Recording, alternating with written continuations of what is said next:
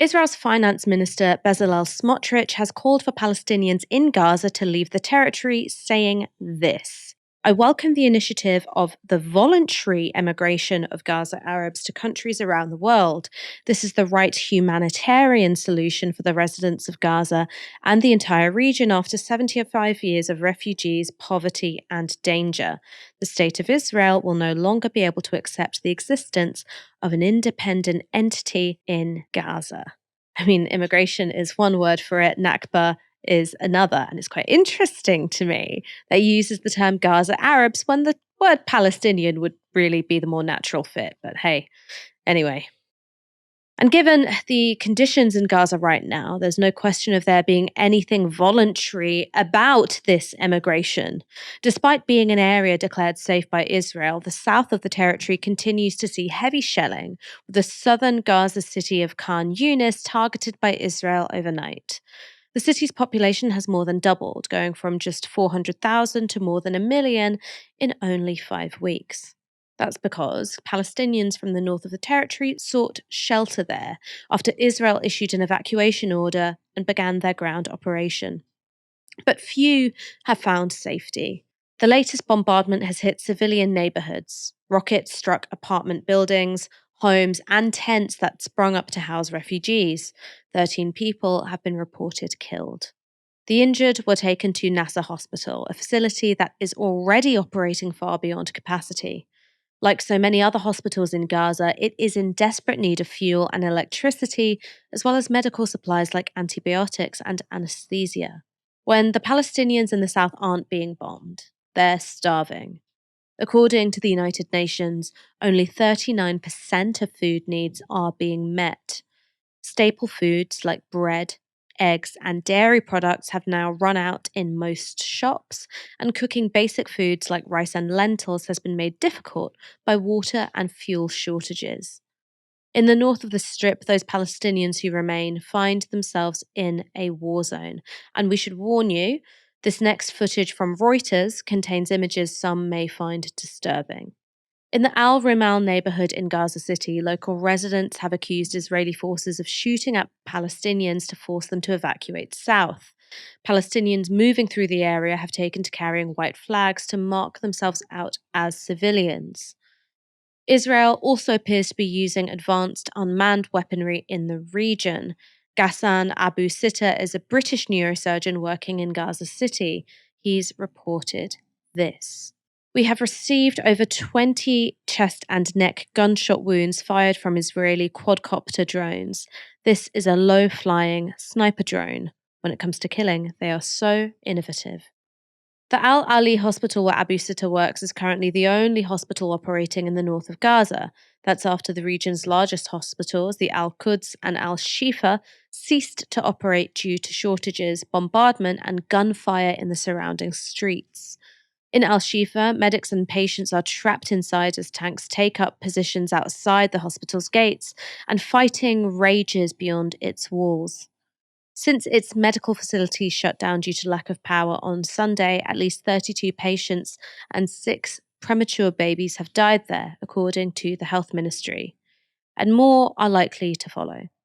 Without electricity, the hospital's 36 remaining premature babies have been removed from their incubators, with doctors using foil to keep them warm. The babies weigh just a few pounds each and would otherwise die in the cold. These are shocking scenes from the very beginning of life. At Al Shifa, the end of life is now just as appalling. We reported yesterday that over 100 dead bodies were stacked in the courtyard of the Al Shifa hospital, slowly decomposing and increasing the risk of disease outbreaks. Today, hospital workers have reportedly dug a mass grave to finally lay the victims of the assault to rest. According to Dr. Ahmed El Mokalati, a surgeon working in Al Shifa, the Israelis have refused permission to bury the dead and are restricting movement around the compound. These are the conditions in Gaza, inflicted on a civilian population by the Israeli government. There is no safety in the north of the territory, nor in the south, nor in the hospitals, nor even for babies in incubators. And in death, there's no dignity either. In these conditions, those who choose to get out alive aren't voluntarily emigrating. They're being ethnically cleansed. They're suffering a second Nakba. Dahlia, even President Biden is now saying that hospitals in Gaza should be more protected than they are.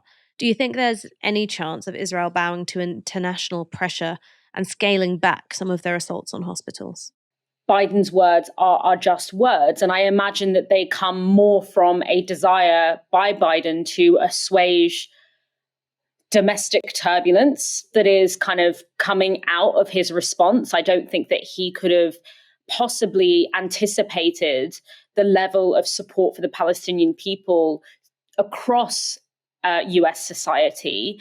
And it is beginning to bear a very negative picture for his imminent general election that he is going to be facing. He is lagging behind Trump in 5 critical states. And the fact that he is currently seen to be green-lighting war crimes is given as a key reason as to why he is lagging behind Trump. Not because Trump would necessarily be any better, but because many people feel unable to vote for someone who is green-lighting what the scenes that we are seeing. And that is why it is incredibly important that us in the UK, in Britain, in the US, that we pressure and make sure that our voices are heard amongst our elected representatives, because ultimately, if they don't care about Palestinians in Gaza, they at least do care about their own careers and they care about the prospect of not being elected. And so really demonstrating by emailing your MPs, by, going on the streets is incredibly important. We should all be very afraid to live in the world that we are currently living in, because what we are seeing right now with even premature babies in incubators being seen as fair game in war, we are seeing a complete collapse of all of the norms of international law as a meaningful concept.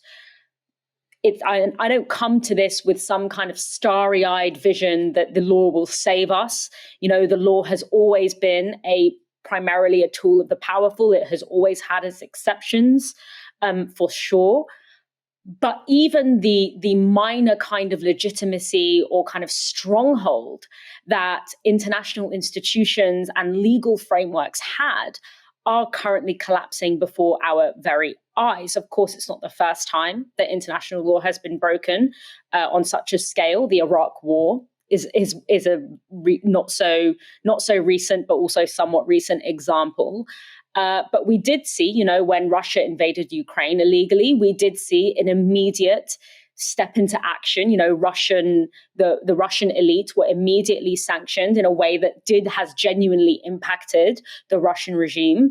But we are seeing that in general, the stronghold that international institutions and international law is supposed to hold up against things like genocide and ethnic cleansing are completely crumbling before our eyes. And we should all be very afraid to live in a world like this, because, when we go, I'm sure a lot of people watching tonight have been on protests for Palestine, have been on the protests that have been happening every weekend for the last several weeks. And one slogan that really, really sort of sends shivers down my spine and is really, really encapsulates the heart of why this is so important is the slogan, "In our thousands, in our millions, we are all Palestinians." And obviously that's often taken as an articulation of solidarity, and it is. But I actually think it also should be taken very literally, because what you have in Gaza, what you have in Palestine more generally, is a constant state of exception. People who live in a constant state of exception to regulatory norms, to legal frameworks. And partly that is because they are stateless. It is because they are occupied, or many of them are stateless.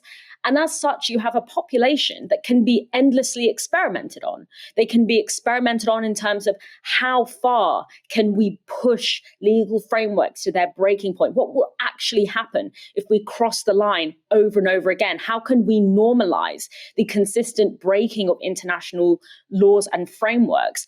But not only are they a stage of experimentation for breaking the law, but also for various technologies of domination. And, I mean technologies both in terms of information technologies. Israel has always been considered, especially over the past 50 years, a leader in technology and surveillance and in policing, because it has this population that it can experiment on in ways that are not acceptable in other contexts, because it is such an unprotected population. And then those technologies of domination, literal and sort of metaphorical, become exported around the world, and we all become subject to them. So when we say in our thousands, in our millions, we are all Palestinians, we don't just mean that as an articulation of solidarity. We mean that the world and the norms that the Palestinians are living in today are the world and the norms that we are all going to be living in the future. And I particularly think that this is important at this juncture, because we are entering an era of mass displacement. We are entering an era where the climate is destabilizing our fundamental systems so dramatically that displacement is increasingly going to become the norm and not the exception. And what we are seeing is a testing ground for what can be done. How far can we abandon a population? What will actually happen if we cross those sacred lines? And that is why it is very important that we as a people make it clear that there will be consequences. There will be consequences for our elected representatives. They will have to pay with their careers if they greenlight this, because the world of the Palestinians today is the world of all of us tomorrow. And that is why we are all staked in a ceasefire happening today.